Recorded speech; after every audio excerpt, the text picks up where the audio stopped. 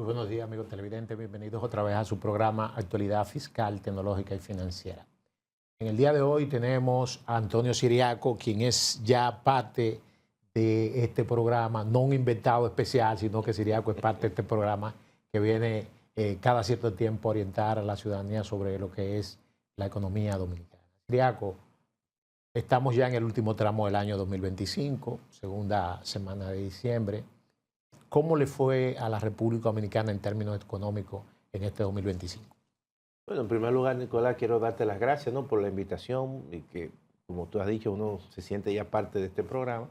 Y respondiendo a la pregunta, obviamente que cuando uno compara cómo va a terminar el crecimiento este año de la economía dominicana con respecto al año anterior, que creció un 5%, Punto 3, creo, algo así. y este año posiblemente la economía dominicana, en el mejor de los casos, según la CEPAL, puede crecer 2.9. Yo creo que si crece 2.9, eso significa que el crecimiento del mes de noviembre, como el crecimiento del mes de diciembre, tiene que ser un crecimiento por encima del 5%.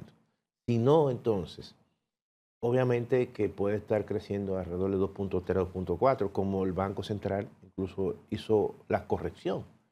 Sí. Claro, hay muchos elementos que pueden ocurrir porque no se esperaba que la economía dominicana tuviese un crecimiento en octubre muy bajo de 0.2, pero ahí ocurrió el tema de la tormenta Melissa, que duró prácticamente la economía una semana cerrada. Eso tuvo un impacto, obviamente. Correcto. Sin embargo, cuando uno analiza no solamente la economía dominicana, sino también la economía mundial, siempre me gusta hacer esos análisis de lo general a lo particular, porque nosotros estamos insertos en la dinámica de la economía Mundial. mundial. Es una economía que fue impactada este año fuertemente por las políticas del presidente Donald Trump. No se puede olvidar que a partir del mes de febrero, cuando el presidente Trump presentó, o abril, presentó su aranceles recíprocos, eso generó toda una especie de revuelo y se pensó que eso iba a desatar una guerra comercial con China. Entonces, todo eso generó una incertidumbre que de una forma u otra impactó el resto de las economías. Y no hay que olvidar que la economía dominicana está comercialmente integrada a la economía Norteamericana y China norteamericana también, y ya China también. últimamente. Nosotros tenemos nuestros grandes socios comerciales. En primer lugar Estados Unidos, después va China y después Haití. En el caso de Haití todos sabemos la situación que hay, pero toda esa confrontación y ese choque entre China y Estados Unidos nos afecta. Incluso la economía norteamericana este año también va a tener un menor crecimiento con respecto al año 2024. Y algunas veces yo he escuchado a algunos colegas economistas, tú también, que por qué Centroamérica va a crecer más que la economía dominicana. Pero son economías con estructura productiva muy diferente. Por ejemplo, nosotros dependemos mucho de, en este caso, el sector de la construcción, que es el sector más grande que tiene Más y dinámico. más dinámico y de mayor peso en la economía, y obviamente también está Turismo, el zona turismo. franca, Zona franca. En el caso de Centroamérica, una economía con una base mucho más combinada. productiva que depende mucho de la agricultura o de la agroexportación y también de las remesas. Ellos dependen más de las remesas que nosotros. Por ejemplo, en el caso de El Salvador, las remesas representan el 15% del PIB. Sin embargo, aquí representan alrededor del 9%. Entonces, todo eso hace que Que según la CEPAL, específicamente Costa Rica y El Salvador, fueron las dos economías que más sí, crecieron. La claro, primera con un 4%, la otra claro, como un claro. 3.9%, por ahí. Sí. Y entonces, en el caso de El Salvador, depende mucho de las remesas. Las remesas en todas las economías del Caribe y Centroamérica, exceptuando por el caso de México, pero las remesas crecieron. Ahora, en el caso de la economía dominicana, Bueno, si bien es cierto, recordando también, Siriaco, que en el caso de Salvador, ha tenido, diríamos, un tratamiento especial en Estados Unidos, Claro. con recibir los presos. Los presos. Eso realmente ha creado un ambiente de más confianza. Sí, más vinculación con la administración del presidente Trump. Entonces, y en el caso dominicano, por ejemplo, si bien es cierto que las remesas también crecieron, pero no es menos cierto que el turismo, a pesar de la entrada que ha habido de visitantes, sin embargo, en términos del valor agregado como proporción del PIB, ha habido un proceso de desaceleración. Y también en el caso del sector de la construcción, que es el sector más de mayor peso, ha tenido incluso hasta crecimientos negativos, porque el sector de la construcción depende mucho de las tasas de interés del mercado. Las tasas de interés han estado relativamente altas. Sí, es correcto. Y eso de una forma u otra ralentiza, ¿no?, las compras de vivienda y también ralentiza que los grandes proyectos de vivienda que se hacen sobre la base, las grandes construcciones sobre la base de apalancarse, ¿no?, en los bancos.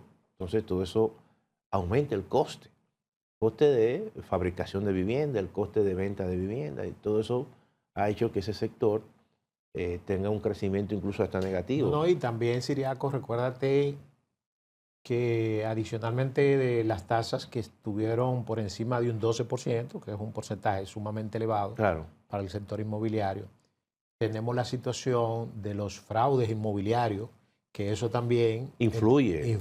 claro. Pero además también la Dirección General de Impuestos Internos emitió una norma que se puso en ejecución a partir del mes de mayo, que también, según las informaciones que tenemos de las instituciones financieras, eso ha retrasado los procesos Claro. de aprobación, de nuevos proyectos. los nuevos proyectos Claro, y préstamos. claro. No, y todo eso influye. Entonces, esa situación no la han tenido esos países centroamericanos. Entonces, claramente, eso ha impactado el crecimiento y la dinámica de la economía dominicana. Y eso ha impactado el consumo privado, el consumo y la inversión privada, pero básicamente el consumo es el componente más de mayor ponderación en el crecimiento de la economía. Y si tú te manejas con tasas de interés altas, eso va a afectar obviamente el consumo. Mucha gente también utiliza tarjeta de crédito, eso ralentiza el nuevo proyecto. Si la gente considera que las tasas de interés son altas, entonces dice, espérate, déjame posponer mis inversiones. Entonces, todo eso y esa combinación de esos elementos, de una forma u otra, afectaron el crecimiento de la economía. Yo siempre digo que si tú haces un análisis partiendo y haciendo una división entre sector público y sector privado, el sector público representa alrededor del 20% de la economía. El 80% restante es sector privado.